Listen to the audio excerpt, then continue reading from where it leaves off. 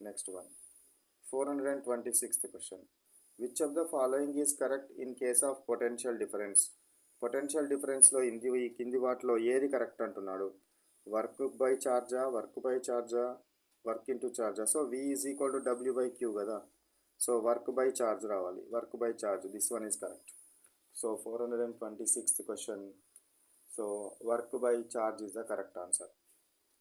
Next question 427th question చూడండి. The device used for measuring of current and potential difference values. So కరెంట్ని కొలవడం కోసమేమో దేన్ని use చేస్తారు, అమ్మీటర్ని use చేస్తారు. పొటెన్షియల్ డిఫరెన్స్ని కొలవడానికి ఏమో వోల్టీమీటర్ని యూజ్ చేస్తారు. కానీ రెండు కావాలంట మనకి, రెండు కావాలి కాబట్టి దేన్ని యూజ్ చేస్తారు, మనకు దేన్ని యూజ్ చేయడం జరుగుతుంది, మల్టీమీటర్ని యూజ్ చేస్తారు. ఇక్కడ మిల్లీమీటర్ అని ఇచ్చిన అందుకే కన్ఫ్యూజ్ అవుతుంది.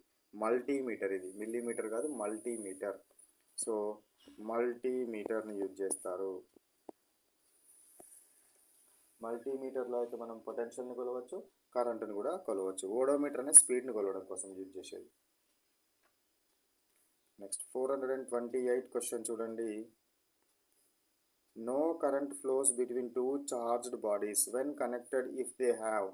కరెంట్ అనేది రెండు చార్జ్డ్ బాడీస్ మధ్య కరెంట్ అనేది ప్రవహించకూడదు అని అంటే అవి ఒకే పొటెన్షియల్ దగ్గర ఉండాలి. ఒకే పొటెన్షియల్ దగ్గర కనుక ఉన్నట్టయితే current cannot be traveled from one end to another end. Whenever the potential difference is zero, potential difference zero కనుక అయితే, potential difference zero అయితే కరెంట్ ప్రవహించదు. కాబట్టి ఇది ఆన్సర్. 429th question చూడండి. The resistance of all pure metals increases with dash in temperature.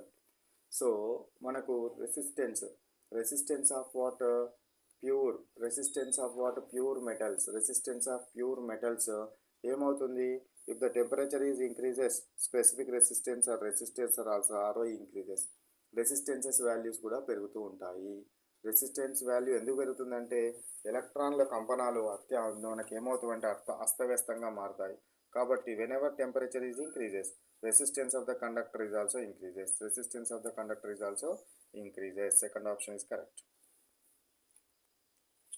430 question చూడండి. 430 question. 3 resistors of resistance 1 ohm, 2 ohm and 3 ohms are connected. Then the minimum resistance obtained by dash value and dash type of connection.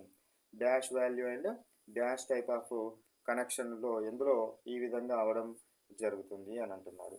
So now let we consider. So 430 question చూడండి. ఇక్కడ మనకి ఏమవుతుంది, 3 resistors 1 ohm, 2 ohm, 3 ohms ఉన్నాయి.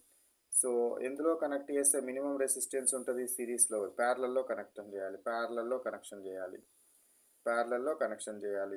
Value ఎంత ఉంటుంది, so value 1/R is equal 1/R1 + 1/R2 + 1/R3 కాబట్టి you will get 6/11 వస్తుంది.